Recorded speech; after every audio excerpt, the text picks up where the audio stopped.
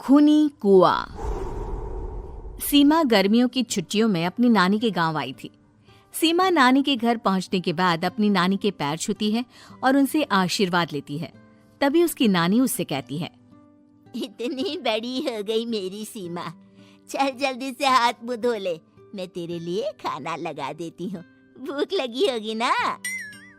हाँ नानी, भूख तो लग रही है मुझे, आपके हाथ के बने हुए पीले दाल और चावल खाने की।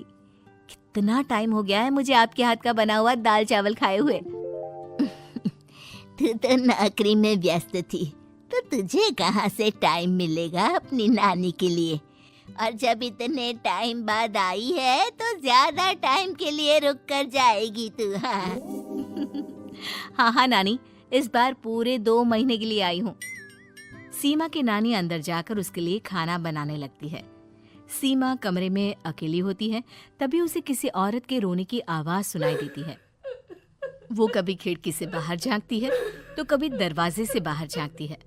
उसे समझ में नहीं आ रहा होता है कि आखिर रो कौन रहा है। तभी नानी खाना लेकर आ जाती है। वो अपनी नानी से कहती है, नानी, कोई औरत रो रही है क्या? मैं जब से यहाँ आई हूँ तब से मुझे यहाँ किसी औरत की रोने की आवाज आ रही है। हे भगवान, कहीं ये वही तो नहीं? बोलो ना नानी। अरे कोई नहीं रो रहा, ये तेरे मन का वहम है। और तू ना अब खाना खा ले, ज्यादा यहाँ वहाँ की बातों में ध्यान मत दिया कर।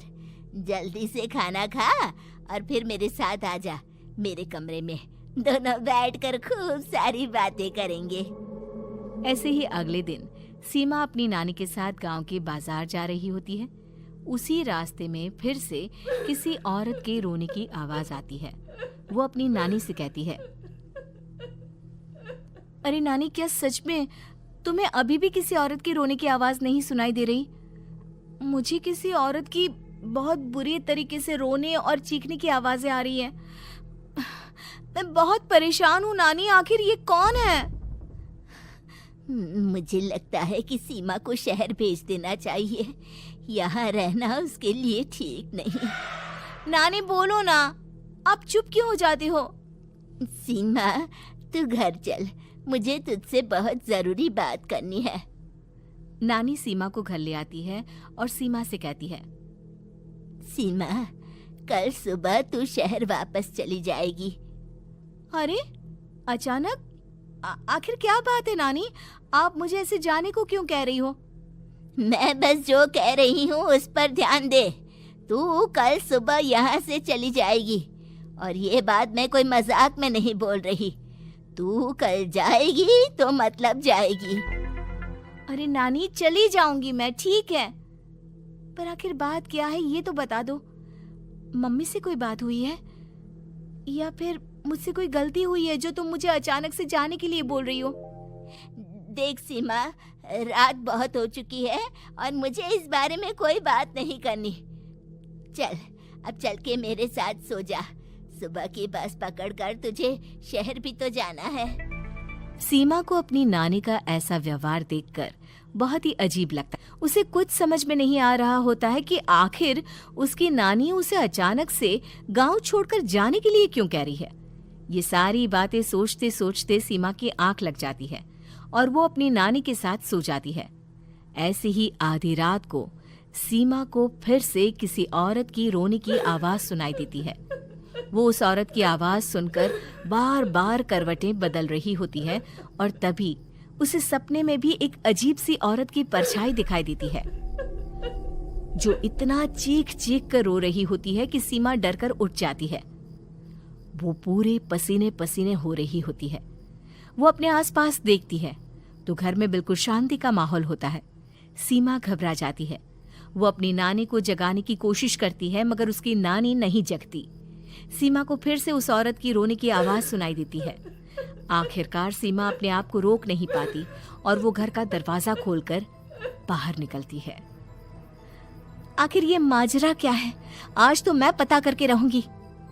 अब आवाज का पीछा करते हुए सीमा आधी रात को गांव के चौपाल के पास बने कुएं के पास पहुंच जाती है, जहां कुएं की चारों ओर बेड़ियां लगी होती हैं उन बेड़ियों में लगे हुए ताले के साथ एक लाल रंग का कपड़ा और माता रानी का कलावा बंधा होता है। उस कुएं में से सीमा को किसी के रोने की आवाज आती है। सीमा परेशान हो जाती है। इस कुएं में कौन है? कौन है यहाँ? सुनो, कौन है? कौन रो रहा है? वो चिल्ला चिल्ला कर पूछती है और साथ ही लोगों को जगाने की कोशिश करती है, मगर किसी को भी उसकी आवाज सुनाई नहीं देती। अब सीमा खुद उस कुएं के पास की बेड़ियों और तालों को खोलने की कोशिश करती है और किसी तरह कुछ देर की मशक्कत के बाद सीमा उसको खोल भी देती है। और जैसे ही वो कुआं खोलकर उसके अंदर झांकती है, सीमा उस कुएं में गिर जाती है। इतने में उसकी नानी की नींद भी खुल जाती है और सीमा को पास ना देखकर नानी परेशान हो जाती है। नानी घबराकर पूरे घर में उसे ढूंढने की कोशिश करती है, जिसके बाद उसकी नानी और सभी लोग उस खूनी कुएं के पास जाते हैं और सीमा की नानी कुएं के पास खड़ी होती है।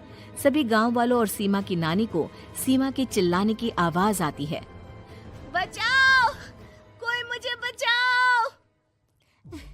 मेरी बच्ची, हम आ गए, हम तुझे बचा लेंगे।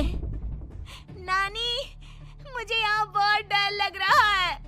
यहाँ इंसान की कटी हुई मुंडिया, हाथ, पैर और कंकाल है और खून भी है।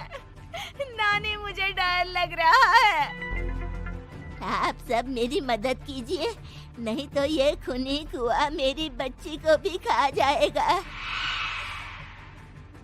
अरे मुझे तो ये समझ में नहीं आ रहा कि आखिर इस खूनी कुएं को खोला किसने।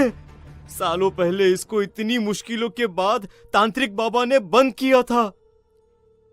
अरे पूरा गांव खूनी कुएं के बारे में अच्छे से जानता है, तो कोई भी जानबूझकर तो ऐसा करेगा नहीं। मतलब किसी ने अनजाने में इसे खोल दिया है भैया। सीमा को इस बारे में मालूम नहीं था और जब से वो यहाँ आई थी तभी से उसे किसी औरत के रोने की आवाजें भी सुनाई दे रही थी। कहीं सीमा ने ही तो उसे नहीं खोला। अगर ऐसा है तो फिर सीमा का बचना बहुत मुश्किल है। वहीं कुएं के अंदर सीमा रोते हुए बैठी होती है कि उसे आवाज सुनाई देती है जो कुएं के बाहर खड़े गांव वालों में से किसी को सुनाई नहीं देता। आज सालों के बाद मुझे ताजा खून मिलेगा।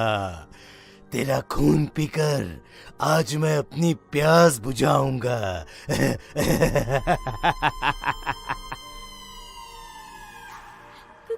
कौन है? मत मारो प्लीज, मुझे जाने दो प्लीज। मैंने किसी का क्या बिगाड़ा है?